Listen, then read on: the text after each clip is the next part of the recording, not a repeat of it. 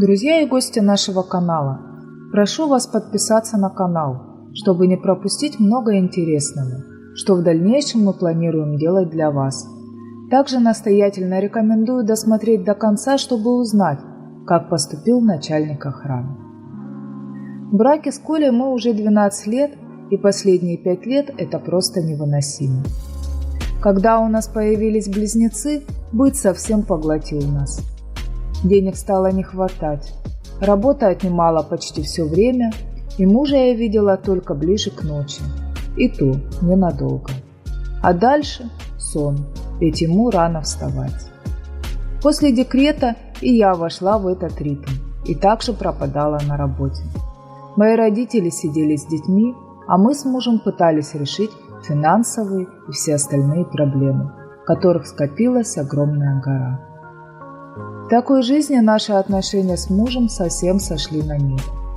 Мы практически не виделись, а когда приходили домой, то успевали только поужинать всей семьей и, уложив детей спать, сами валились с ног от усталости после работы. Я не буду винить Колю. Его вины в этом нет. Вина полностью моя. Это я так сделала, и это я все разрушила. Но я также на протяжении всех этих лет пыталась загладить свою вину и исправить все. Но мне это так и не удалось. Но муж даже не смотрел в мою сторону. Он просто отгородился ледяной стеной и просто вычеркнул меня из своей жизни. Единственная тема, что у нас осталось, это дети и деловые вопросы. Это все. На все мои попытки поговорить полное игнорирование меня, просто в нет. Единственная фраза, которую он изредка произносит в этих попытках вывести его на разговор, это «ты сама все знаешь, нам не о чем говорить». А причиной всему мои похождения. На работе появился человек, который стал мне другом и поддержкой, а после и моим любовником. Правда, получив свое, он быстро исчез из моей жизни под выдуманным предлогом и благородным поводом, сказав: «Я не хочу рушить твою семью». Я осталась одна со всеми своими последствиями. Немного распишу, как это было и как муж узнал. Я завралась и спалилась. Все банально просто. Коля работал вместе со мной начальником охраны, а я зам по коммуникации с оптовыми клиентами. И вот день X. Меня вызывает шеф и отправляет в помощь в другой филиал. Но мне не дали права выбора, и я отправилась на 2 недели к новому месту работы. Коллектив в новой команде небольшой, всего 7 человек, из них 3 мужика. В общем, задержалась на работе. Решила побыстрее закончить, чтобы вернуться раньше на свое постоянное место работы. Тут подходит Саша и предлагает помощь. Ну, мол, давай вдвоем быстрее закончим работу. В общем, слово за слово, и мы уединились в туалете. Потом мы еще несколько раз встречались, ну а дальше вы уже знаете, говорила ранее. Так вот, как об этом пронюхал муж? Да все просто. Он был начальником охраны в другом филиале. Ну а когда я уехала в новый, то мой благоверный попросил знакомого с охраны в новом филиале присмотреть за мной. Так и вышло. Для всех, наверное, не секрет, что сейчас камеры, наверное, на каждом метре. Так вот, эта камера стояла в холле при входе в туалет. Там-то нас и спалили сами. Ну а дальше я стала актрисой в телефоне охранника, который впоследствии отправил видос моему мужу. Ну тут уже не отбрешешься. А дальше были большие семейные разборки. Коля не ругался, он просто сказал, что я предатель, и для него меня нет. Сказал, что он теперь как вдовец. На все мои попытки диалога и предложения родственников отвечал железным стальным «нет». Не знаю как, но его удалось отговорить от развода. Спасибо моим и его родителям. Брак сохранили. А вот дальнейшая жизнь – все, как и он и сказал. Он вдовец, а я живу на птичьих правах и отчитываюсь за каждую минуту. У меня нет права голоса, и все решения принимает он. Все так, как он считает нужным, и так, как он решит и захочет. Между нами больше нет ничего, вообще ничего. Любые мои проблемы – это мои проблемы.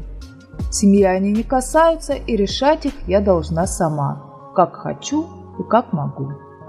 Любые попытки поговорить сводятся на нет. Я никто, и говорить нам не о чем, и так во всем.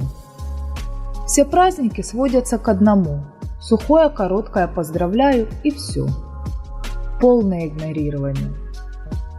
5 лет я просто схожу с ума от отчаяния. Все мои попытки достучаться и поговорить, все они будто уходят в космос, в вечную холодную тишину. Все мои попытки наладить диалог, мои старания для него, все будто уходят в никуда. Он примерный семьянин, отличный отец, хороший человек. Но я так больше не могу. Я не могу больше видеть эту стену и слушать это молчание. Я не могу больше смотреть на этот пустой, равнодушный, отрешенный взгляд. Я срывалась уже не раз. Я плакала, я кричала, я выла, я стояла на коленях и молила о прощении. Я раскаялась во всем.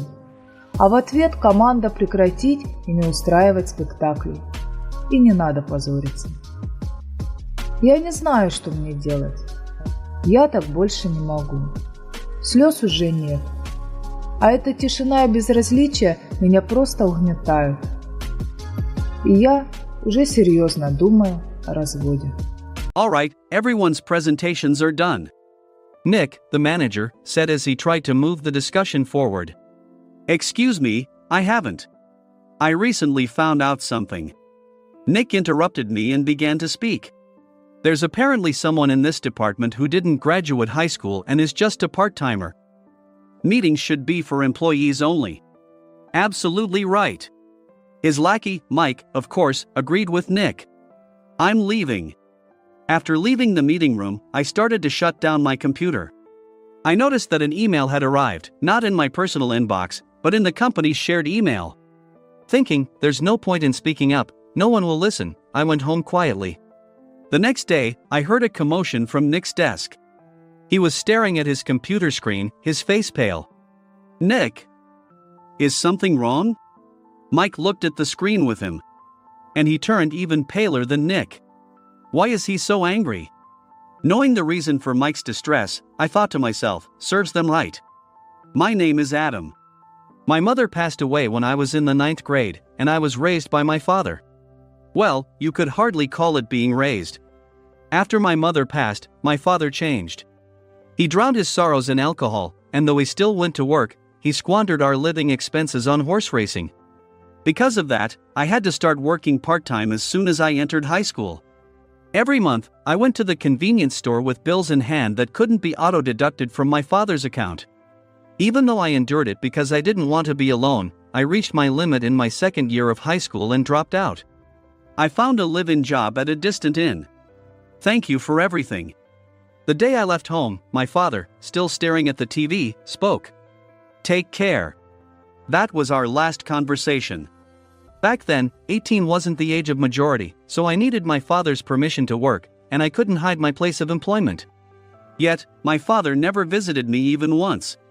I kept working just to survive, and before I knew it, I was 42. Years of hard work paid off, and I was transferred to the headquarters. I was thrilled to be recognized by the company, as I thought I'd be working in the field until retirement due to my lack of formal education. Listen up. Our work can change the future of our employees. Don't drag us down. On my first day after the transfer, Nick, dressed in an expensive suit, spoke sternly. There was a reason for this. Our inn was located in a prominent tourist destination, known so well that everyone in the state could sing its commercial jingle. At its peak, we had 5 locations within the state. But that was long ago. Due to financial difficulties and aging facilities, only the place where I had worked for many years and the original establishment remained. I was prepared to lose my job anytime, but now there was a glimmer of hope. With the rise of social media, the tourist area where the inn was located started gaining attention again. Depending on how hard the sales department, where I was transferred, worked, we could either thrive or be forced to give up this prime location to the new hotel chains continuously popping up. For Nick, who had switched careers from another industry to strengthen our sales, this was a battle he couldn't afford to lose. I understood why he had to be strict. "I will do my best." Nick sneered at my enthusiastic declaration. "Did you not hear what I said?" "I'm sorry." I thought I was listening carefully. Out of habit from years of customer service, I apologized reflexively, though I had no idea what had offended him. Someone was watching me with a smirk. In this department, there are those who are expected to excel and those who have been shoved here because they have nowhere else to go. You are the latter. It was Mike, the section chief. He's 7 years younger, at 35. But he was called to headquarters much earlier than I was and had been moving around within the headquarters ever since. I'm not jealous, but I can't accept that he's my boss. Graduating from a prestigious university, he has an unusually high pride and caused many problems as a newbie, making things very difficult for me when I was the front desk leader. When I found out Mike was transferred to the sales department a month before me, I was disheartened. Mike is right. With just a middle school diploma, there's not much you can do. Don't even think about achieving results. As if I didn't exist, Nick remarked, "I'm thirsty." Mike eagerly ran to the coffee maker. It seems Mike is Nick's lackey. I regretted being happy about my transfer to headquarters, wishing I had stayed on site forever. Send a direct mail to every company on this list by the end of the day. Nick only assigned me tasks that even a new graduate could handle. What? There are over 1,000 companies. You want me to send to all of them by today? Yes, if you and your fellow misfits split the work, even those with nowhere else to go should finish by today. I glanced at the employees typing away expressionlessly. They were worn out from customer service, only thinking about leaving on time, or were women reassigned after having children, with zero motivation for work. Even Sam, a new graduate from the same university as Mike, who was supposed to be among the expected achievers, had no enthusiasm for the job, having joined the company wanting to do customer service. "I don't care what they say, I plan to quit anytime," he said. Only Nick and Mike were highly motivated, making all the decisions between the two of them. I originally only wanted to work at the inn to survive and had no particular attachment to this job. I swallowed my words, thinking I had no right to reprimand them. About a month after the transfer, Nick told us with a frustrated look, "To commemorate the 50th anniversary, we've decided to create a plan exclusive for one group per day." Originally, Mike and I were supposed to come up with it, but our president, Mr. Thompson, insists on hearing everyone's opinions. "So, you all get a chance." As Nick explained, Mike began handing out prints. "Make sure not to embarrass Nick. If your ideas are half-baked, you'll have to redo them." It seemed that they had printed his handwritten notes by Mr. Thompson, which included several questions and a section for free responses. It made sense why Nick had to seek our input, given that all responses had to be submitted to Mr. Thompson. We were given a week to think about it, and a meeting was scheduled to compile our ideas.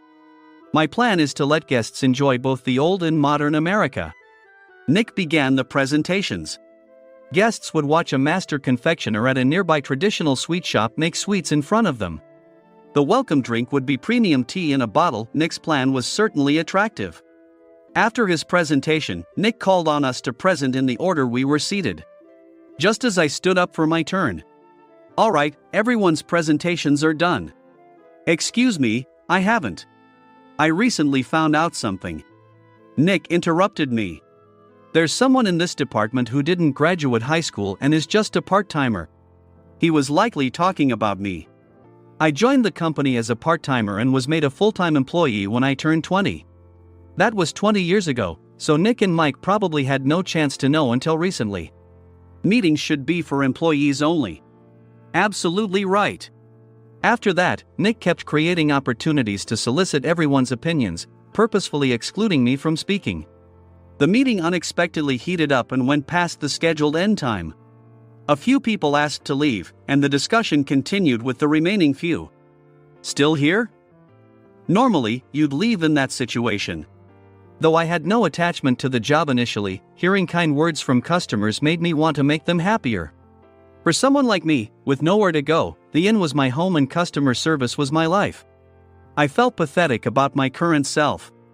I'm leaving. I left the conference room and started shutting down my computer. I noticed an email had arrived, not in my personal inbox, but in the company's shared email. Thinking no one would listen to what I had to say anyway, I quietly went home. The next day, while preparing the DM as instructed, I heard a commotion from Nick's desk. In his haste to stand up, he hit his knee on the desk. He stared at his computer screen, his face pale. "Nick! What's wrong?"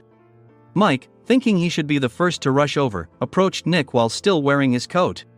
He peered at the screen with Nick. And he turned even paler than Nick.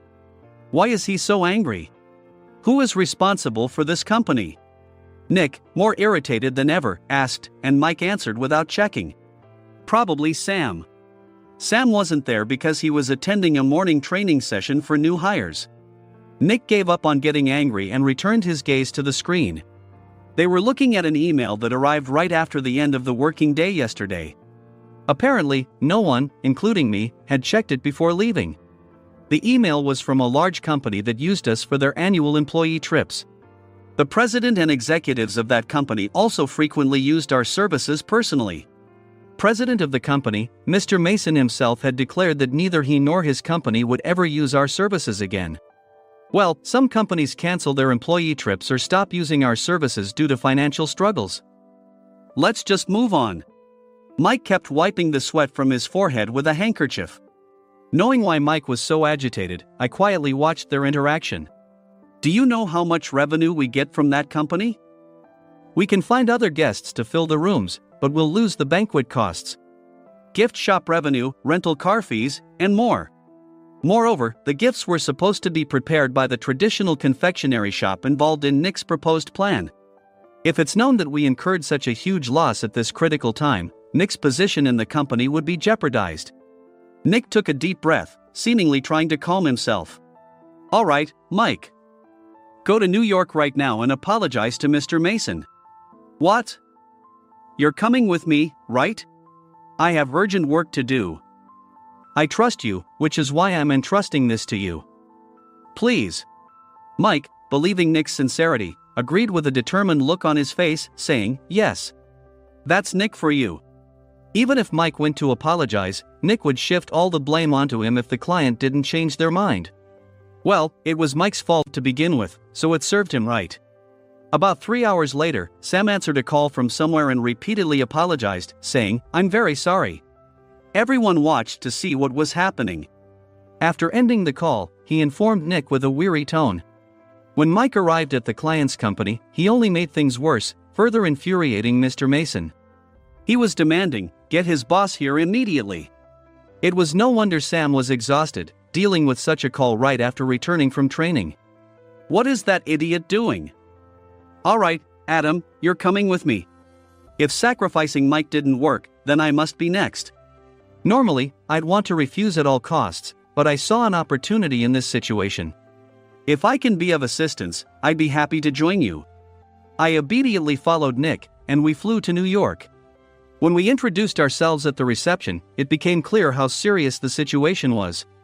As the receptionist personally escorted us to the president's office. Angry voices leaked through the door, making both Nick and me uneasy. Excuse me. I'm Nick, the supervisor. I understand my subordinate has caused you trouble, and I deeply apologize. Nick, with his experience in the corporate world, knew enough to offer an apology before excuses. However, his customer service skills left much to be desired. I sighed as I saw Mike trembling like a small dog in the corner of the room. What kind of training are you giving your subordinates? Mr. Mason glared at Nick with a red face. The intensity of his gaze made even Nick take a step back. Regrettably, I joined this company only 2 years ago and was unaware of Mike's issues. I should have identified his shortcomings sooner. Indeed. I should have realized sooner. No sensible person would come to apologize and then give a lengthy presentation on the drawbacks of not using their in. Nick froze, his mouth slightly open. Suspecting the worst, I picked up the documents that had fallen to the floor. It seemed Mike hastily prepared these documents on the plane, listing the disadvantages. Disadvantage 1: if you change the venue for the company trip, employees might suspect it's for cost-cutting reasons, leading to a negative impression. Reading it aloud half-jokingly, Nick snatched the papers from my hand and checked the contents with a furious expression. Among the stack of documents was a receipt from a nearby convenience store's copy machine. I felt a pang of dread, hoping he hadn't shown the receipt as well. What do you think he said when I asked what kind of nerve he had to do this? I'm very sorry. Faced with the dire situation, Nick must have thought there was nothing left to do but apologize. In a voice smaller than I'd ever heard from him, he uttered words of apology. He said, "I'm a Harvard graduate. I don't believe I said anything wrong." Mike! What have you done? Forgetting his plan to pin the blame on Mike, Nick yelled loudly, even in front of Mr. Mason. "I didn't do anything wrong." "You're still saying that? Look at him." Mike pointed at me with a shaking hand. "I was assigned to headquarters in my 20s and now I'm a section chief. This guy only made it to headquarters at 42. Everything I've done proves I was right. So why are we losing the contract?" Having said his piece, Mike collapsed to the floor. "Of course. You were sent there because you had nowhere else to go." Mike never expected to hear such words from someone he looked down upon. He lunged at me, and Nick hurriedly stepped in to stop him. "Mr. Thompson told me Mike is a quick thinker, and to take good care of him." There's no way he was pushed aside. "Don't make things worse here. He didn't say quick thinker, he said only quick-witted, didn't he?" I don't remember that part." I recalled the many troubles Mike caused when he was a newbie. When Mike was on the front line, his pride was so high that he never apologized to customers. Customer service, especially in our job, doesn't work alone. It brings both good and bad situations. If the front staff or housekeepers made mistakes, or the cleaning company didn't properly clean a room, one had to apologize to the customers regardless of personal fault. Mike, in such situations, would never apologize, insisting he wasn't at fault. This often angered customers, and as the front desk leader, I frequently had to apologize on his behalf. He caused complaints and disrupted operations, which is why he was quickly moved to headquarters.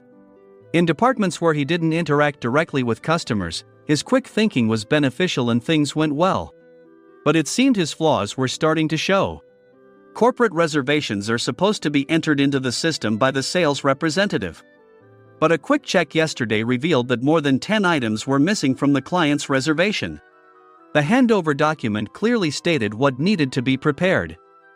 Why didn't you enter it into the system? Why do we have to give them special treatment? Filling rooms near the banquet hall, setting up all the food in advance. Specifying the brand of wine, they're too demanding. No wonder he always angered customers, I thought, feeling a headache coming on. Grouping them in rooms near the banquet hall is for our benefit too. It makes it easier for the staff to set up beds and serve breakfast since everyone's schedule is synchronized. As for the other requests, Mr. Mason suggested them to lighten our load. I didn't know that. Nick finally seemed to realize that Mike was the one who had angered the client. What did you say to them? I just told them we wouldn't give them special treatment anymore. We shouldn't waste effort on things that don't bring in money. I was utterly exasperated at his lack of understanding of customer service. Of course, we shouldn't comply with unreasonable demands. But carrying over successful practices from past stays makes customers feel remembered and enhances their experience. Good memories encourage repeat visits. That's part of our job. I looked down at Mike, who was sitting on the floor. In our job, nothing is a waste.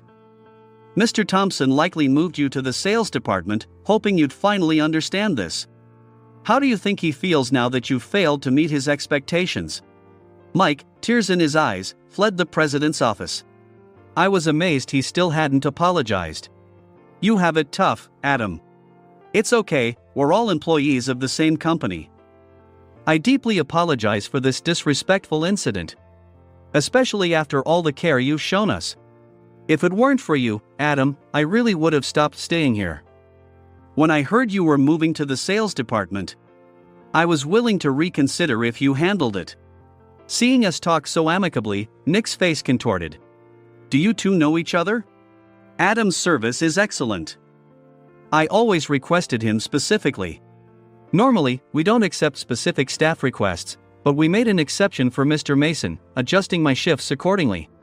He had personally stayed at our hotel just before my transfer, and during casual conversation, I mentioned, I'm moving to the sales department soon. If I hadn't told him then, things could have been much worse. Please continue to take care of us.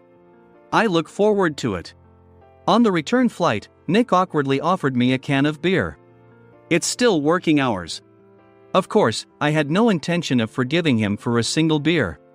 Nick might try to pin everything on Mike and avoid any consequences. While pondering this, a startling fact came to light. Nick, the tea bottles for the plan have arrived. I handed Nick a bottle labeled with our inn's name. They look good. What are you talking about? These are plastic bottles. I had assumed we would use the trendy, high-end bottling tea. But what arrived were ordinary plastic bottles of tea with customized labels. The only unique aspect was the label, which had the inn's name, making it look customized. Upon further investigation, I discovered that a substantial amount of money was set to be paid to the tea company. It was priced like bottling tea. Does this plastic bottle really cost $100 each? The tea inside is specially blended for us. The extra cost is for that. Wouldn't it be better to use another tea company? Or is there a specific reason we must use this one? As Nick continued to make excuses, I showed him a printed email. I informed the tea company's president, Mr. Mitchell, that we discovered irregular payments and he confessed. He said you two were high school classmates and planned to split the extra money. That idiot. Why did he confess? That's not important. You should worry about yourself, this could turn into a police matter. Opening the bottle cap, I suggested. How about calming down with this tea? It supposedly has a relaxing effect. Nick drank the tea frantically. In the following days, decisions were made about their fates. Mike was reassigned to the General Affairs Department, with no chance of transfer or promotion, as per Mr. Thompson's orders. As for Nick, since the payment to the tea company hadn't yet been made, he narrowly avoided legal trouble. Instead, he was encouraged to leave the company, and to avoid further complications, Nick submitted his resignation. Rumor has it that connections between HR departments have made it difficult for him to find new employment. Even though it was good to have those two gone, something unexpected happened in the sales department. Everyone became motivated and united in refining the 50th anniversary plan. In the end, my plan was adopted. We collaborated with the Tourist Information Center to provide personalized guides. The plan, tailored to the number of guests, was truly special for the 50th anniversary. Hey, is Adam's family coming to stay? I immediately booked that special plan for my family. Sam noticed it on the reservation list and quickly picked up on it. Yes, I'm inviting my father. That's great. I might invite my parents too. I lacked the courage to face my father just as Adam. But here, with the confidence Mr. Mason praised, I felt ready. The 50th anniversary plan was a perfect opportunity to reconnect with my father. I hoped to bring back the days when we could laugh together as we once did.